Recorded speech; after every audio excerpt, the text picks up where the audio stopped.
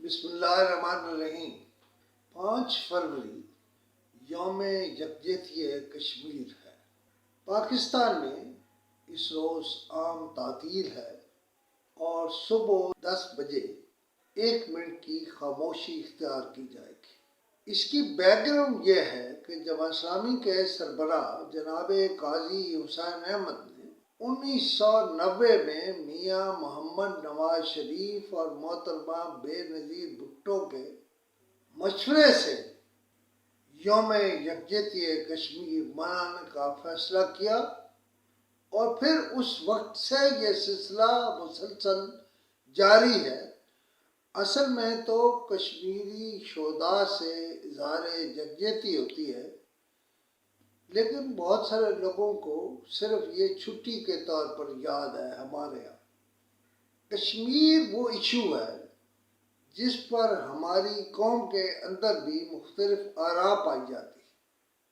مثلا قوم یہ سمجھتی ہے کہ مختلف بین الاقوامی فورمز پر پاکستان کا رویہ بھارت سے مخاصمانہ نہیں بلکہ تھوڑا نرم ہے، لہذا پچھلے 10-15 سالوں سے مختلف حلقے یہ الزام لگاتے رہے ہیں کہ ہم نے کشمیر کا سودا کر لیا ہے۔ یہ ایک بہت بڑا الزام ہے۔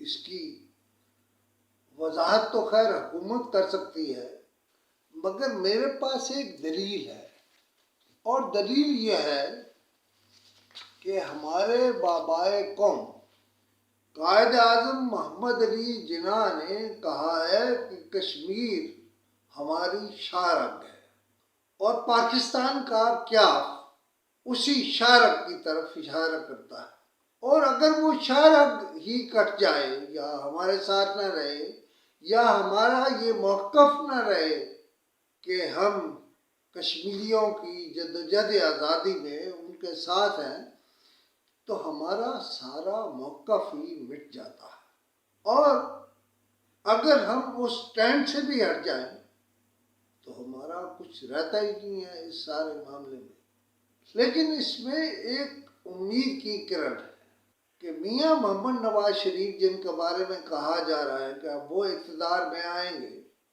یا ان کے بھائی آئیں گے، وہ کشمیری نسل ہیں۔ ان کے بارے میں یہ بات یقین سے کہی جا سکتی ہے کہ وہ آخری حد تک کشمیریوں کی آزادی کی بات کرتے رہیں گے، اور کشمیر بالآخر آزاد ہو کر پاکستان کا حصہ بنے گا۔ کشمیریوں سے اظہار یکجہتی کے لیے ان سے نیک تمناؤں اور نیک خواہشات کا اظہار کرتا ہوں۔